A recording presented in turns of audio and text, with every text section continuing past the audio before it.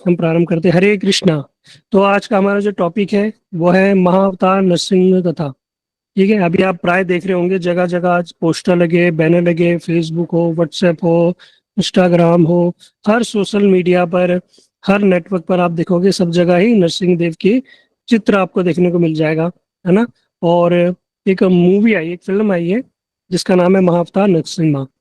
और बहुत सारे भक्त लोग जा रहे हैं देखने, क्योंकि इस मूवी को देखने का रीजन क्या है सबसे बड़ा, क्योंकि ये जो मूवी बनी है ये किसी हॉलीवुड बॉलीवुड के किसी ऐसे डायरेक्टर ने नहीं बनाई कि हाँ चलो पैसा कमाने के लिए कुछ भी मन गढ़ंत डाल दो। जैसा अभी टीवी में एक सीरियल आता है, श्री कृष्ण चैनल एक आता है, उसमें एक लड़का लड़की को दिखाया जाता है और वो ऐसी ऐसी हरकतें कर रहे हैं और ऐसी ऐसी चीज दिखा रहे हैं जो कभी शास्त्रों में थी नहीं। सिर्फ और सिर्फ क्या कर रहे हैं, वो लोगों की भावनाओं के साथ खेल रहे हैं और लोगों को एंटरटेनमेंट कर रहे हैं, उल्टा सीधा दिखा रहे हैं, मन गढ़ंत दिखा रहे हैं, कोई भी मन गढ़ंत लीला करके दिखा दे रहे हैं। तो ऐसा कहीं पर भी भगवान राधा कृष्ण के जीवन में ऐसा सब कुछ भी नहीं हुआ था। जो मूर्ख लोग हैं उस सीरियल को बड़ा देखते हैं और उसको बड़ा प्रमोट करते हैं और उसकी फोटो देखना, ये करना। और वास्तव में उसका कोई सच्चाई से कोई लेना देना नहीं है, क्योंकि भगवान कृष्ण 12 वर्ष की आयु में वृंदावन छोड़ के चले गए थे, है ना। मथुरा चले गए, फिर वहां से द्वारका गए। तो भगवान राधा कृष्ण की जो लीलाएं थी बचपन की, बाल्यकाल की लीलाएं थी, और उसमें दिखा रहे हैं वो बड़े हो गए, बड़े की लीला। तो ऐसा कहीं भी शास्त्रों में प्रमाण नहीं मिलता। तो सब मन गढ़ंत झूठा उठा ऐसे करके दिखा रहे हैं और हम लोगों को पता है नहीं, कभी हमने शास्त्र पढ़े नहीं, तो हम उसमें बिलीव कर लेते हैं और जैसा वो चलाते हैं हम वैसा चलते हैं। तो इससे क्या होता है, हमारी दुर्बुद्धि हो जाती है। ये होता है कुसंग। देखने को मिल रहा है, अरे हम तो बढ़िया राधा कृष्ण का सीरियल देख रहे हैं, लेकिन उससे क्या हो रहा है, हमारी बुद्धि भ्रमित हो रही है, क्योंकि हमें भ्रमित कराया जा रहा है। तो कभी भी ऐसे बेफालतू के नाटक, सीरियल, सॉन्ग हम लोगों को नहीं श्रवण करने चाहिए जो हमारी बुद्धि भ्रमित करें, जो प्रमाणिक ना हो। ठीक है।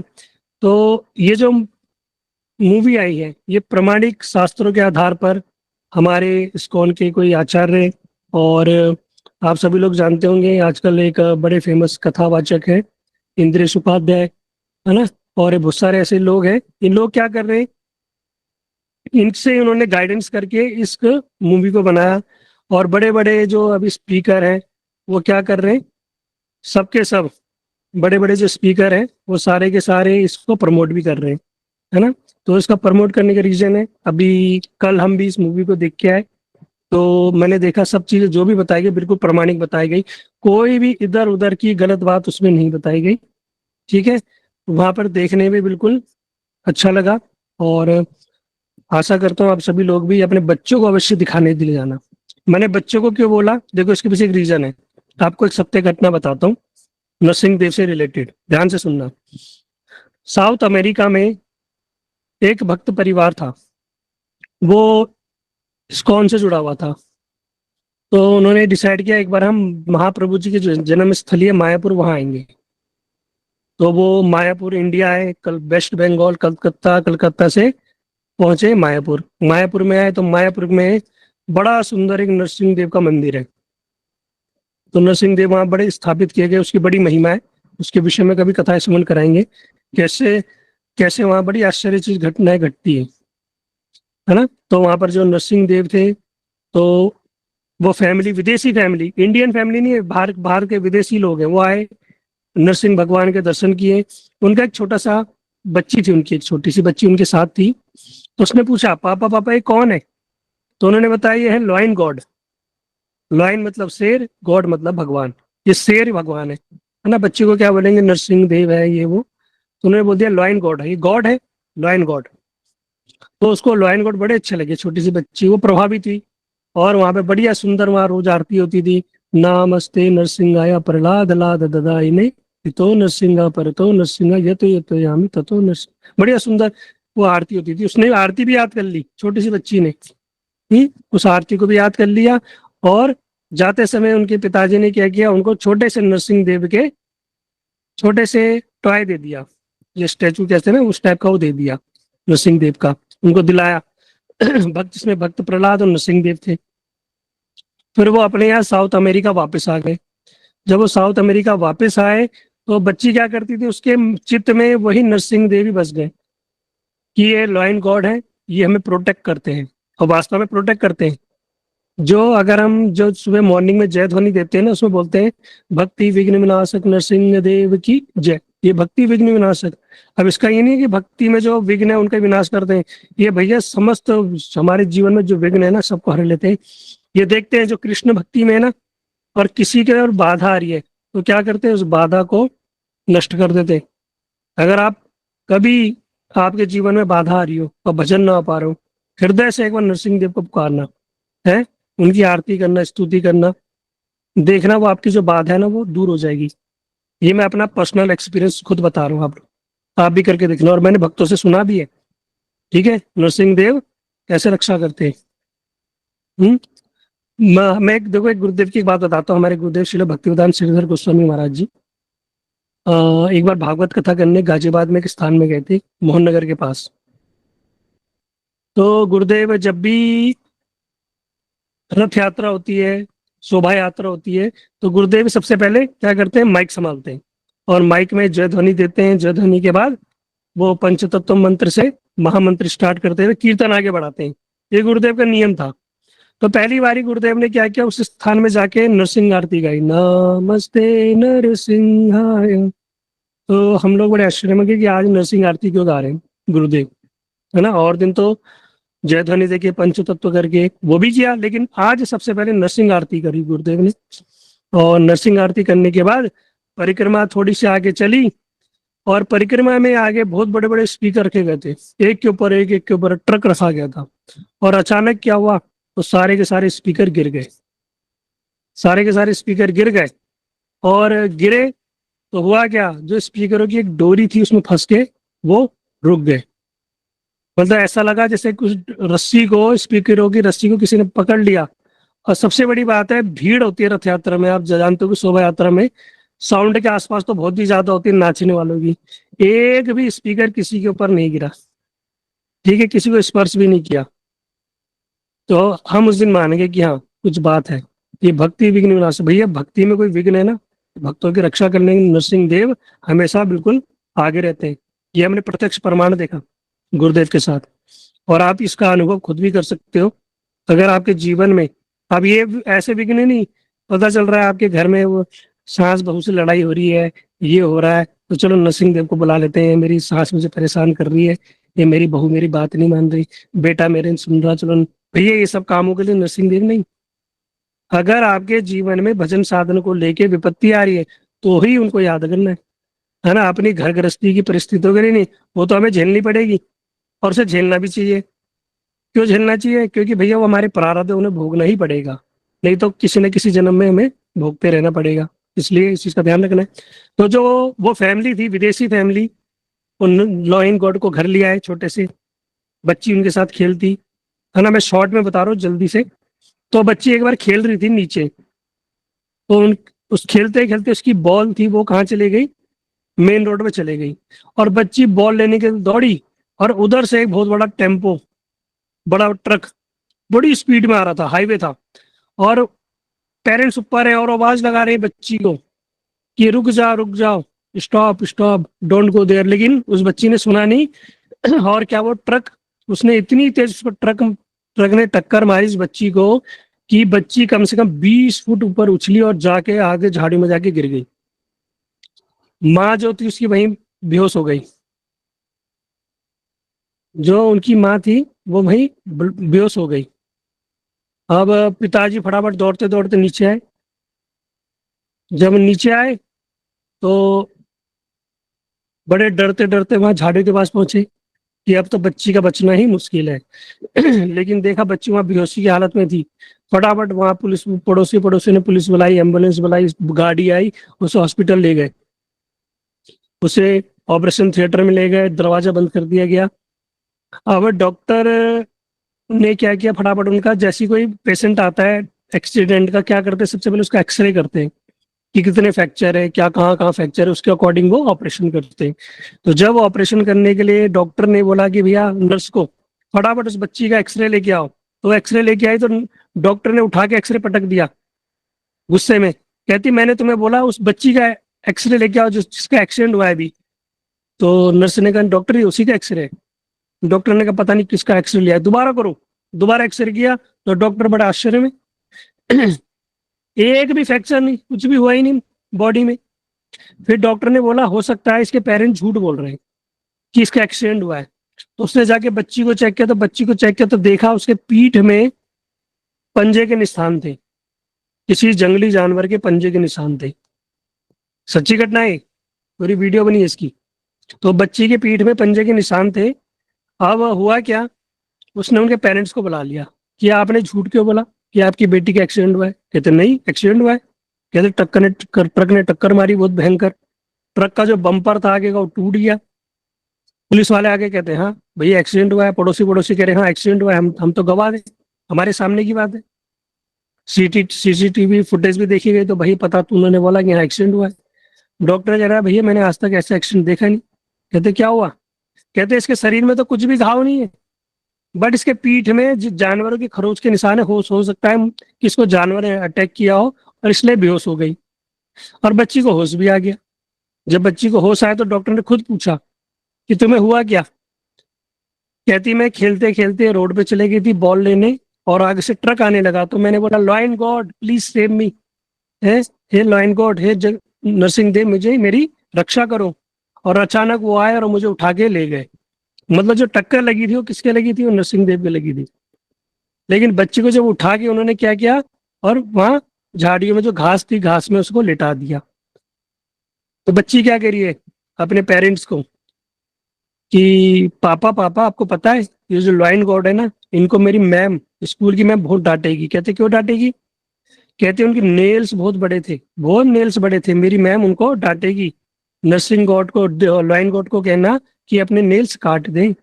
और पापा उनके जो बाल थे ना बड़े सॉफ्ट थे और कितने सुंदर लग रहे थे मेरे लॉइन गॉड। मतलब साक्षात उस बच्ची ने नरसिंह देव के दर्शन किए, स्वयं नरसिंह भगवान उस बच्ची को बचाने हैं।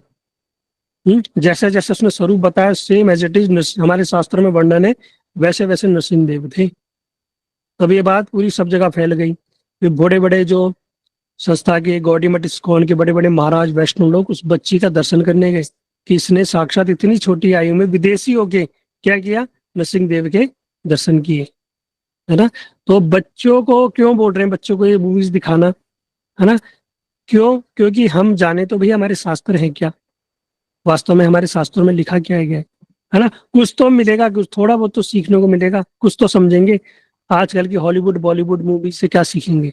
अभी ये कोई मूवी चली मुझे नाम याद नहीं आ रहा, उसको है सही आ रहा कुछ ऐसी कुछ करके मूवी चली हुई है। उस फिल्म को देखने के लिए लोग जा रहे हैं और पता चल रहा है वहां जा जाके लड़के लड़कियां रो रहे हैं, हॉल में जा जाके रो रहे हैं फिल्म को देख देख के। मतलब भगवान को देख के रोना नहीं आ रहा है, अपने दुख को देख के रोना नहीं आ रहा, उस फिल्म को देख के रोना आ रहा है। वो प्यार इसको मोहब्बत देख देख के उनको रोना आ रहा है। आजकल की जनरेशन तो ऐसी हो गई है भैया, देख लो है। कल को क्या है, भगवान का भजन करेंगे, क्या भक्ति करेंगे, कैसा इनका जीवन आगे सुखमय होगा, है। जो अभी से आशिकी के चक्कर में पढ़ पढ़ के रो रहे हैं फिल्मों में, मतलब थिएटर में रो रो के, और ऐसा रो रहे हैं लड़के, बता रहा हूँ खासकर लड़के ऐसे रो रहे हैं ऐसे तो लड़कियां भी नहीं रोती। ये स्थिति हो गई है। वीडियो देखना आप, सोशल मीडिया पे दिखा रहे हैं, मैंने देख के बड़ा आश्चर्य हो गया भैया आजकल के कैसे लड़के हैं। तो लड़कियों को भी फेल कर दिया, रो रहे हैं बिल्कुल अपने पुराने प्यार को याद कर करके। अरे भैया याद करना तो भगवान को याद करो ना, है भगवान को याद करके रहो तो कुछ मिलेगा भी, है भगवान कृपा करेंगे। है? तो ये आजकल ऐसा हमारा जो यूथ है वो गलत डायरेक्शन में जा रहा है, इसलिए हमें भी राइट डायरेक्शन में चलना है और अपने बच्चों को अपने परिवार वालों को भी राइट डायरेक्शन में ले जाना है ना। क्यों ले जाना है इस चीज को समझना, क्योंकि वास्तव में अगर हमने बच्चों को जन्म दे दिया, और कहते हैं शास्त्र में कि अगर हमने बच्चों को जन्म दिया और उनको भजन भक्ति की शिक्षा नहीं दी ना, उनको भगवान की सेवा में नहीं लगाया, तो हमने उनके लिए कुछ किया ही नहीं। अगर वास्तव में अगर कोई पेरेंट्स, कोई माता पिता अपने बच्चों को प्यार करते हैं ना, तो उनको अपने बच्चों को भजन भक्ति में लगाना चाहिए। लेकिन जबरदस्ती बोल के नहीं, कर कर कर ऐसे तो बच्चे ढीठ बनेंगे नहीं। धीरे धीरे धीरे घर का परिवेश बनाना पड़ेगा। पहले हमें निरंतर खुद लगना पड़ेगा। जब हम खुद निरंतर लगेंगे ना, जब हम निरंतर खुद लगेंगे तब जाके होगा क्या, तब सही होगा, है ना। अब हमें पहले लगना पड़ेगा। अभी किसी का मैसेज आया कि एक लड़के की हार्ट अटैक से मृत्यु, डेथ भी हो गई। हाँ मूवी देखते देखते उसको इतना दुख हुआ, फिल्म देखते देखते वो मर गया वहाँ। भैया आजकल की स्थिति ऐसे है। तो हिरण्यकशिपु भैया आजकल तो कहाँ बैठा हुआ है, ये माया में बैठा हुआ है, ये हॉलीवुड बॉलीवुड की मूवीज में बैठा हुआ है। ये चल रहा है हिरण्यकशिपु। तो हम लोगों को क्या करना पड़ेगा, सर्वप्रथम अपने घर का हमें परिवेश ठीक करना पड़ेगा। हमारा एक ग्रंथ है उपदेशामृत, बहुत सारे भक्त उसको सीखा, बहुत लोगों ने सीखा और बहुत लोगों ने उसके श्लोक भी याद किए और उपदेशामृत को जाना भी। तो उपदेशामृत का जो पहला श्लोक है उसके अंदर बताया गया, वाचो वेगम मनसा क्रोध वेगम जिव्या वेगम उदर उपस्थ वेगम एतान वेज्ञान ज्योति सर्वमपि आप पृथ्वी सा शिष्यात। कि भैया भैया ये 6 प्रकार के जो वेग है ना, जो इन पे कंट्रोल कर देगा, वो कहते हैं पूरी पृथ्वी को शिष्य बना सकता है भैया। ये 6 प्रकार के वेग, इनको बोला गया भक्ति का द्वार। वाणी का वेग, उदर का वेग, जिह्वा का वेग, क्रोध का वेग, ये सब वेग बताए। फिर वेग को जो कंट्रोल कर देगा वो कहते हैं कर पाएगा।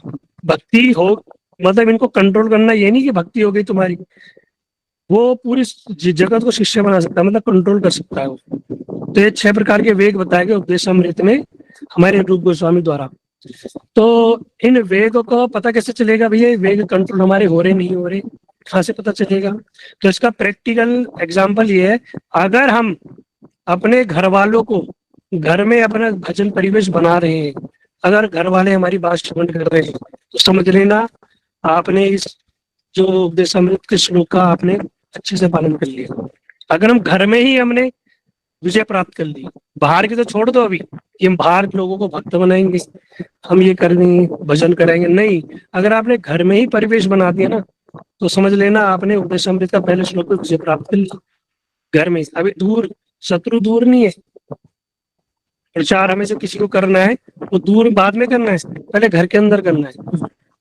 जिसने घर के अंदर सामंजस्य बना दिया वही वास्तव में आगे बढ़ सकता है। हमारे एक आचार्य में, हमारे जो भी आचार्य में, कोई भी जिन्होंने भी भजन भगवान का भजन भक्ति प्रचार किया है ना, उनके घर में कभी कोई उनका विरोधी नहीं रहा, विरोधी रहा लेकिन बाद में उन्होंने क्या किया, सबको अनुकूल बना दिया।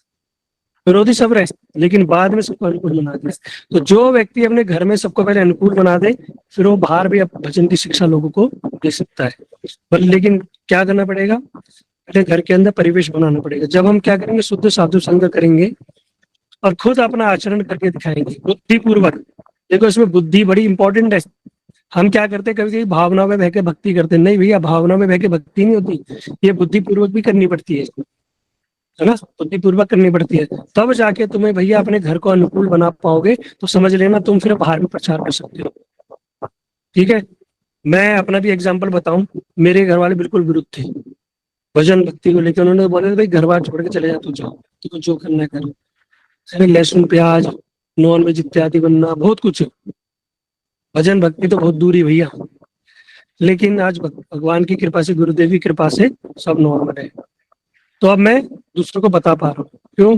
पहले मैंने क्या किया, घर में ही सबको उस जीता, टाइम लगा, लेकिन भैया मैंने सोच लिया था जब तक घर में ही नहीं प्रवेश बना पाऊंगा, तो बाहर तो दूसरों को बाद नहीं बताऊंगा। मैंने भैया दुश्मन का होता है पहले अंदर भीतर होता है, बाहर का तो बाद में होता है ना। प्रहलाद महाराज जी भी हिरण्यकशिपु को कह रहे हैं, हिरण्यकशिपु कह रहा है भैया मैंने जगत पे विजय प्राप्त कर ली। मैं भैया वास्तव में हिरण्यकशिपु ने जगत पे विजय प्राप्त कर ली थी। इंद्र से झाड़ू लगवाता था, सोचो, स्वर्ग के राजा इंद्र को। वरुण देव क्या करते थे, उनके यहाँ सफाई करते थे, और अग्निदेव उनके यहाँ रसोई करते थे, हैं? कोई उनके बगीचे संभालता था। मतलब सारे देवी देवताओं को हिरण्यकशिपु ने सेवा में लगा दिया, नौकर बना दिया था। नारद जी को खुद गाना गाने आना पड़ता था उनके लिए, है? सारे के सारे, इतना इतना अहंकार। तो प्रहलाद जी को बोला मैंने भाई सबको विजय प्राप्त कर ली। तो प्रहलाद जी ने बोला भैया जो 6 शत्रु तेरे अंदर बैठे हैं ना, पहले काम क्रोध लोभ मोह माया ईर्ष्या द्वेष, उनको तो विजय प्राप्त कर ले। जब तू उनको विजय प्राप्त कर लेगा तब तेरी विजय मानी जाएगी, है ना। वो तो बात की बात है, हमने बाहर बाहर विजय प्राप्त कर ली, फिर पहले घर के अंदर, फिर घर के अंदर, फिर अपने अंदर, पहले अपने अंदर घर के अंदर विजय प्राप्त कर लो, फिर हम बाहर विजय प्राप्त कर पाएंगे, है ना। तो यही इसलिए उपदेशामृत के जो बताया गया श्लोक के माध्यम से कि भैया ये 6 चीजें हमारे अंदर क्वालिटी होनी चाहिए, है ना। अभी हम क्या है, बस सोच लिया, हम सुन लिया श्लोक, उसकी मीनिंग सीख लिया और हमें लगता है भैया हम उपदेशामृत जान गए। नहीं भैया, एक होता है ज्ञान, एक होता है विज्ञान। ज्ञान तो हमें मिल गया, लेकिन भैया उसका विज्ञान का प्रैक्टिकल कहाँ करेंगे? उसका प्रैक्टिकल पहले क्या करेंगे? बुद्धिपूर्वक घर में करेंगे। कहते हैं कृष्ण भक्त वही बन सकता है जो चतुर होता है। चतुर मतलब सरल। देखो भगवान को तो सरल भक्त पसंद है, लेकिन भक्ति करने के लिए चतुराई चाहिए कि कहाँ पर कैसे क्या सामंजस्य बिठाना है, ये चतुराई आनी चाहिए, है ना? इसमें चतुराई चाहिए। कपट में चतुराई नहीं चाहिए। कपट तो बिल्कुल भगवान को भाता नहीं। जो कितना भी बड़ा कपटी क्यों ना हो, गुरु वैष्णव से कितना कपट कर ले, आज नहीं तो कल उसका कपट सामने आ जाएगा। एक ना एक दिन तो आ ही जाएगा, है ना? वो तो नहीं रहेगा। लेकिन भैया हमें कृष्ण भक्ति करने के लिए चतुर होना पड़ेगा, बुद्धिमानी से काम करना पड़ेगा। जब हम अपने घर में और अपने अंदर के दोषों को प्रयास कर लेंगे कि हम इनको इनके साथ सामंजस्य बिठा दिया, तब हम बाहर आराम से विजय प्राप्त कर लेंगे। तब जगत हमारी बात सुनेगा। तब आप जगत को सारी बात बताओगे, सुनेंगे, उनको प्रभावित करेगी, उनके हृदय में लगेगी। लेकिन जब आप घर पे ही नहीं कर पाओगे, खुद ही नहीं करोगे, तो दूसरा क्या करेगा? मैंने प्राय बहुत सारे माता पिता को देखा है, कहते हमारा बच्चा भजन नहीं कर रहा, ही नहीं कर रहा। अरे भैया तुम तो करो पहले, तुम तो अब करो अच्छे से। तुम्हारा क्या वो है? मैं लोगों के घर हमने कई बार गया दिख गया, उनकी पहली बात तो ठाकुर जी में वैष्णव में एक निष्ठता ही नहीं। ना ठाकुर जी में, ना गुरु में, ना वैष्णव में एक निष्ठता नहीं। आज यहाँ कल वहाँ, आज परसों वहाँ, आज इनके पास, आज उस देवी के पास, आज उनको, ये भैया नहीं। इसलिए भजन में भी गुरु वैष्णव में एक निष्ठता चाहिए, है ना? इसके बहुत अच्छे अच्छे उदाहरण एग्जाम्पल है।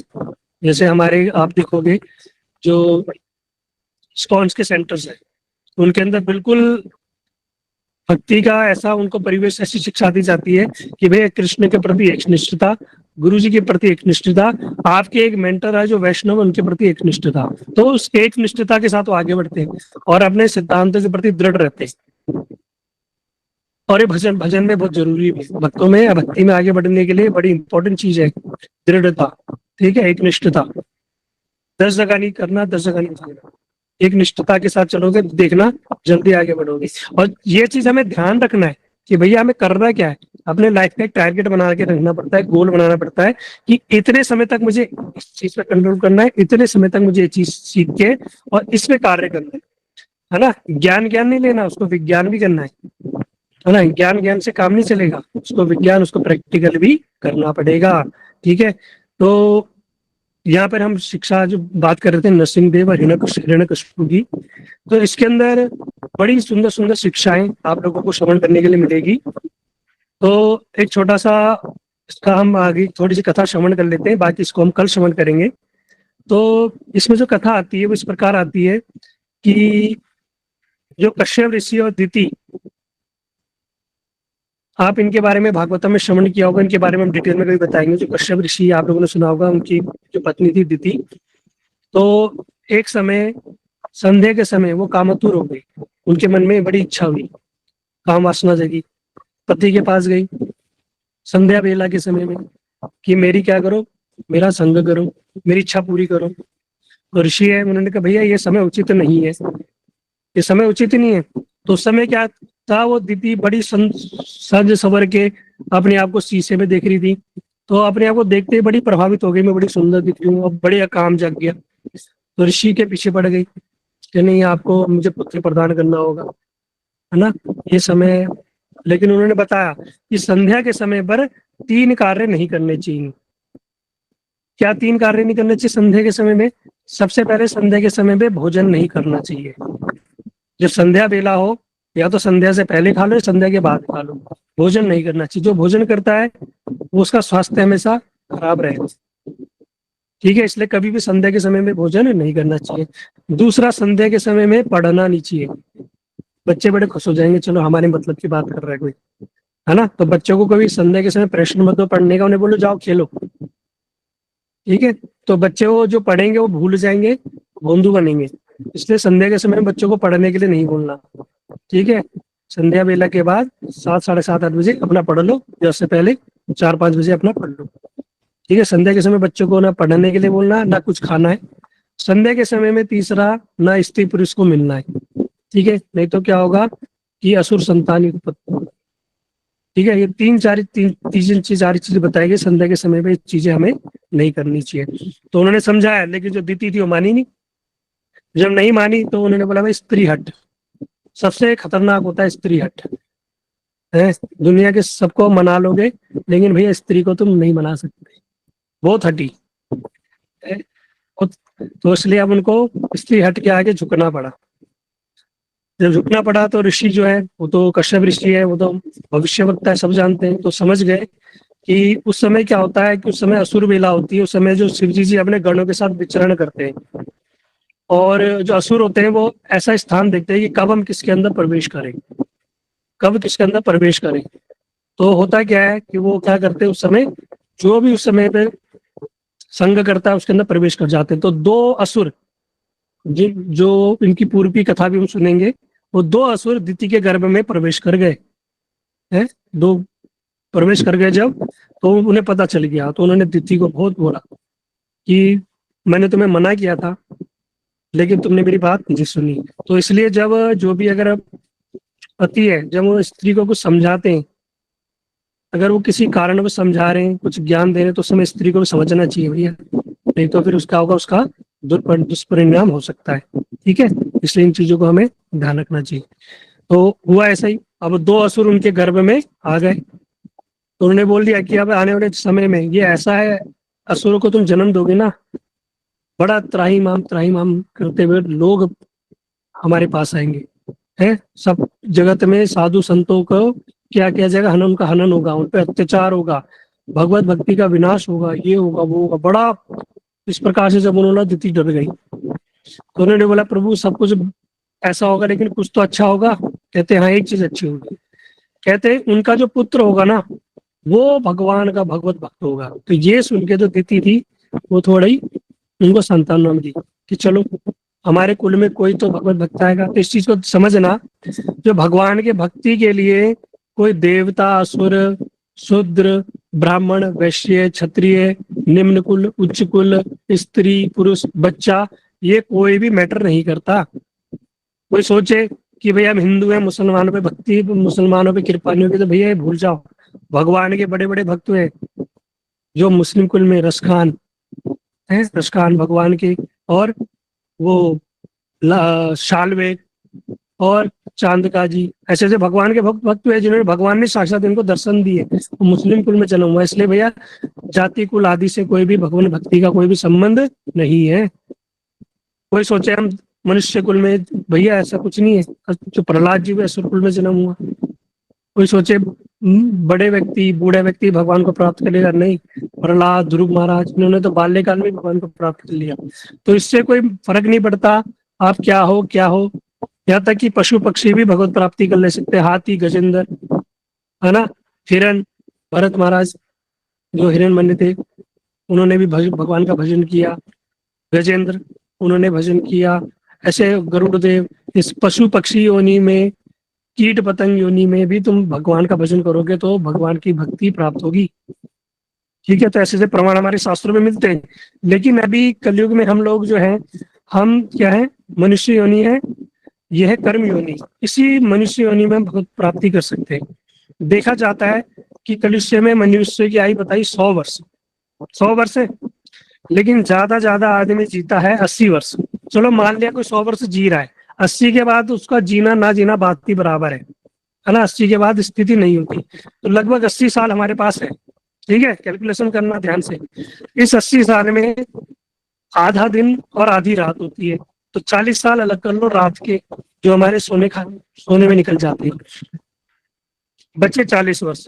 इस 40 वर्ष में 20 साल हमारे निकल जाते हैं खेलते कूदते पढ़ाई करते हुए, बचे 20 साल। 20 साल में से हमारे लगभग 10 साल निकल जाते हैं दैनिक कार्य में करने में, इधर उधर में। बचे 10 साल, जो 10 साल जवानी के हमारे पास बचे हैं, वो 10 साल निकल जाते हैं हमारी घर गृहस्थी में, बच्चों को पढ़ाना है, बीवी को शादी करनी, विवाह करना है, ये घूमना फिरना, इसमें 10 साल हमारे निकल गए। भैया भगवान के भजन के लिए समय बचा कब? कब बचा समय?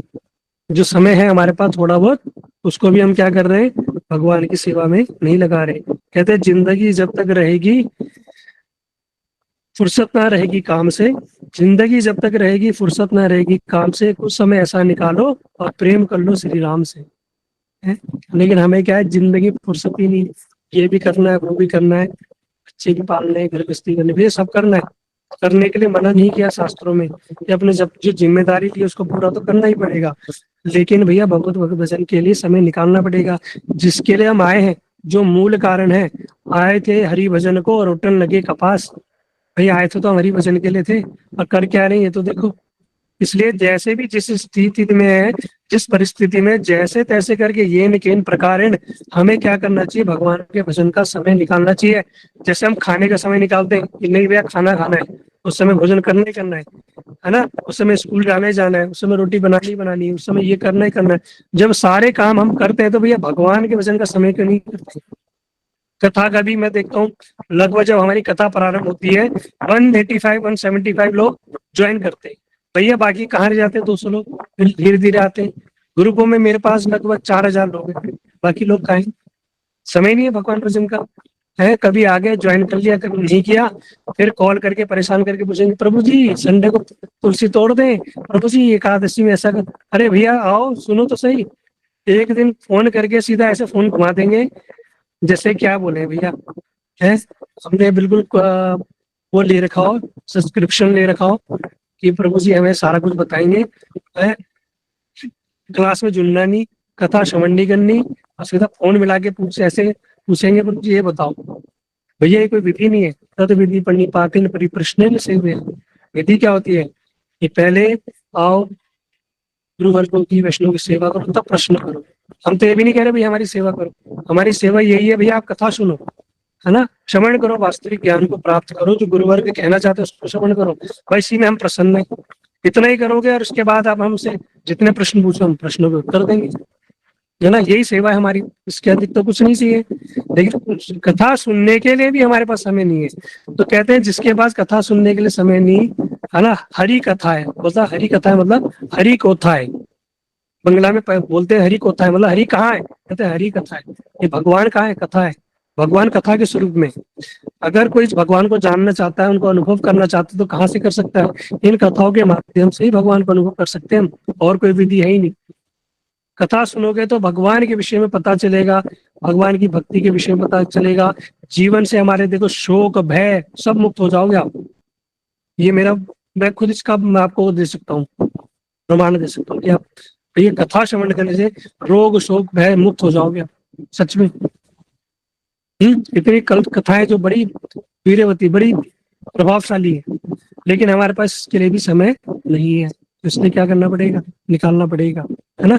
जैसा कि हमारे पास सब चीजों के लिए समय होता है और हम निकालते हैं, है ना, प्रायोरिटी बेसिस पे, ठीक इसी प्रकार कथा श्रवण करने के लिए, अपने भजन भक्ति के लिए वास्तव में वो समय हम अपने लिए निकाल रहे हैं, जगत में किसी के लिए नहीं निकाल रहे।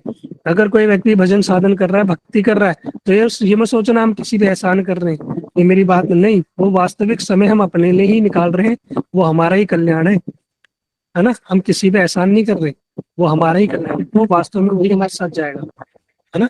तो इसलिए जितना भी समय हो, जैसे भी समय हो, कथाओं के लिए अपने लिए हमें निकालना ही पड़ेगा। जैसा हम समय सबके लिए निकालते हैं, ये वास्तव में समय हमें अपने लिए भी निकालना है ना। जब हम समय अपने लिए निकाल पाएंगे, कथा कर पाएंगे, सुन पाएंगे, श्रवण कर पाएंगे, तो समझना कुछ हो रहा है।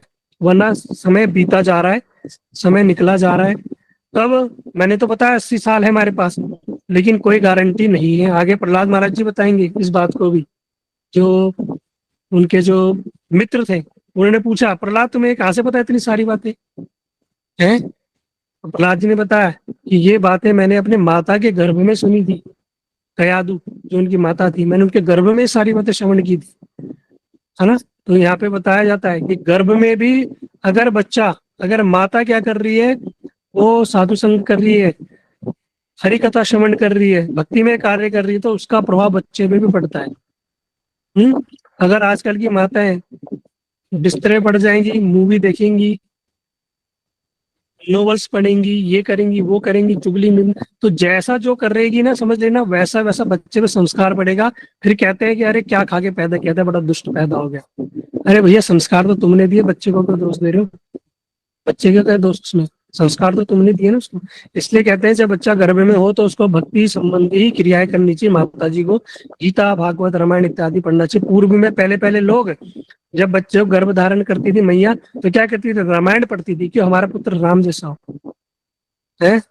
और अभी क्या कर रही है, अभी फिल्म देख रही है मूवीज देख रही है, सलमान खान, आमिर खान है। तो भैया बच्चे भी वैसे ही होंगे फिर, दुष्ट प्रवृत्ति के। वो हीरो नहीं होगा वो, है संसार के लिए तो हीरो होंगे, पर कर्मों से वो जीरो होंगे। है वो लोग ऐसे हैं, चकाचौंध में खोने वाले, अपने माता पिता का कोई सम्मान न करने वाले। तो वही संस्कार फिर उन बच्चों में आएंगे। जैसा देखोगे वैसा पाओगे, जैसा भरोगे वैसा पाओगे। तो इसलिए इन चीजों का बड़ा ध्यान रखना। तो प्रहलाद महाराज जी ने बताया कि मैंने अपनी माता के गर्भ में ही सारी शिक्षाएं नारद जी से ग्रहण की, है ना। तो बच्चे के समझ गए, हाँ तभी हम कहेंगे तू कहाँ से सीखा सिखाया, कहाँ से ये पाठ तूने कहाँ से सीखा है सब। तो पूर्व से ही वो, जन्म से ही वो सारी बातें सीख के आए। फिर बाप बच्चों को बता रहे हैं कि आगे जा कि इसका क्या लाभ है, कि क्यों भगवान का भजन करना चाहिए। ठीक है, इसको हम कल श्रवण करेंगे। इस फिर कथा को हम पूर्ण श्रवण करेंगे कि कैसे कैसे जो प्रहलाद जी की, महाराज जी की क्या शिक्षा है, नरसिंह देव किस प्रकार आए, क्या कथा थी। ठीक है, नरसिंह भगवान के विषय में हम कुछ अद्भुत अनसुनी बातें भी श्रवण करेंगे, जिनको श्रवण करने से हमारे हृदय में उनके प्रति भक्ति जागृत होगी, हमारे अंदर उत्साह आएगा, हमारी भक्ति में जो विघ्न आ रहे हैं वो नष्ट होंगे। ठीक है, अच्छा बताओ कौन